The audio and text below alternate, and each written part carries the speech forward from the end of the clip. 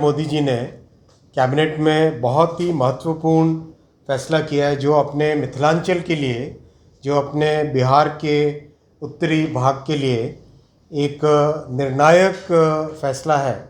और इससे अपने चंपारण, पूर्वी चंपारण, पश्चिमी चंपारण,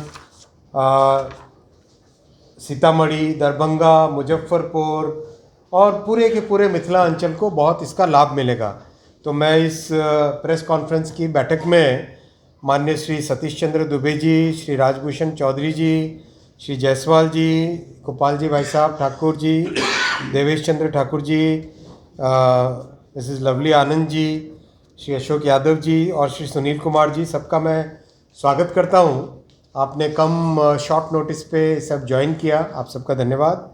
साथियों, इस प्रोजेक्ट के बारे में बताना चाहूँगा एक छोटे से प्रेजेंटेशन के माध्यम से।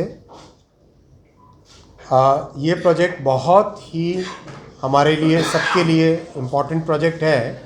अगर आप इस स्लाइड में देखें, करीब करीब पूरा नॉर्थ बिहार हमारा, जो नरकटियागंज से लेके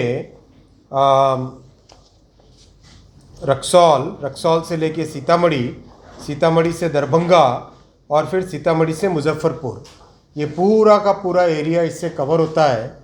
और ये लाइन की डबलिंग होगी और ये सेमी हाई स्पीड लाइन बनेगी, 160 किलोमीटर पर आवर की स्पीड से बनेगी।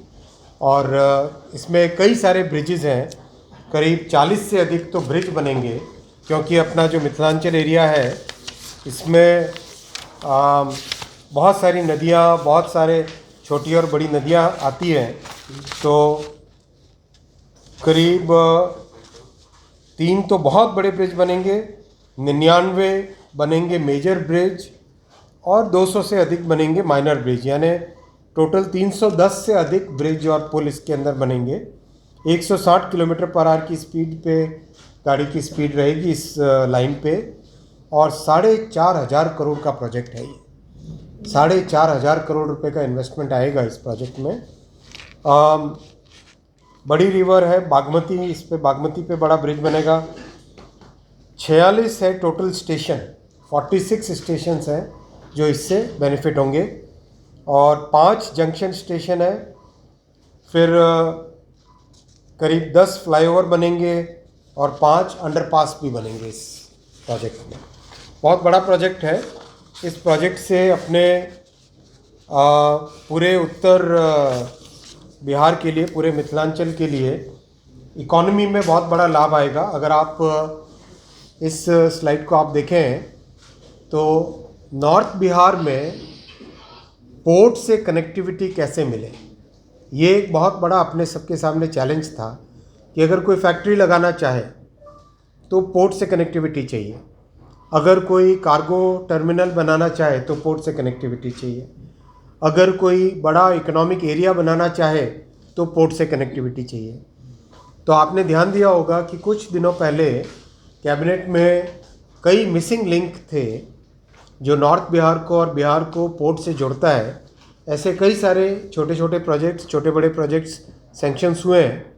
और आज के इस प्रोजेक्ट से आप इस स्लाइड पे अगर देखें तो कोलकाता यानी हल्दिया, फिर धामरा, पारादीप, फिर विशाखापट्टनम, फिर गंगावरम, इन सब पोर्ट्स के साथ नॉर्थ बिहार की कनेक्टिविटी हो जाती है। तो नॉर्थ बिहार के पूरे एरिया के लिए, पूरे अंचल के लिए, मिथिलांचल के लिए बहुत अच्छा इससे लाभ होगा। लोगों को अधिक सुविधाएं मिलेंगी, ज़्यादा गाड़ियां चला सकेंगे और अच्छे समय पे चल सके, खूब अच्छी से अच्छी रेलवे की सुविधा मिल सके, वैसी व्यवस्था इस प्रोजेक्ट से होगी।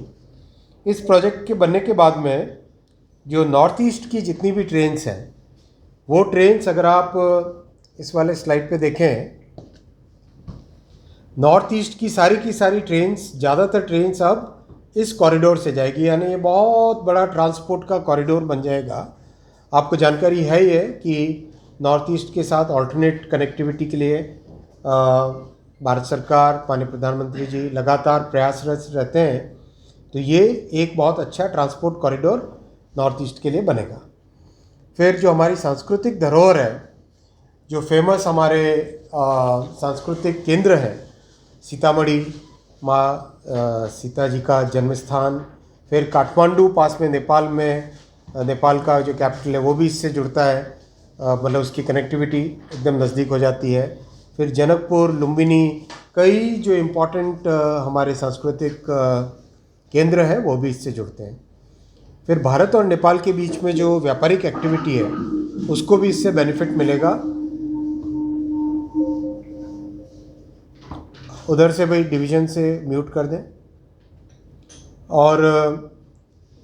और भी इम्पोर्टेंट पॉइंट है कि इस 256 किलोमीटर के प्रोजेक्ट में करीब 87 lakh man days employment generate होगा और 162 करोड़ किलोग्राम कार्बन डाइऑक्साइड बचेगी। 162 करोड़ किलोग्राम कार्बन डाइऑक्साइड बचेगी। अगर उसको हम कितने पेड़ के बराबर है समझे अगर, तो ये लाइन बनाना, इसका मतलब है करीब करीब 6.5 करोड़ पेड़ उगाना, उतनी कार्बन डाइऑक्साइड इस प्रोजेक्ट के कारण बचेगी। मैं साथ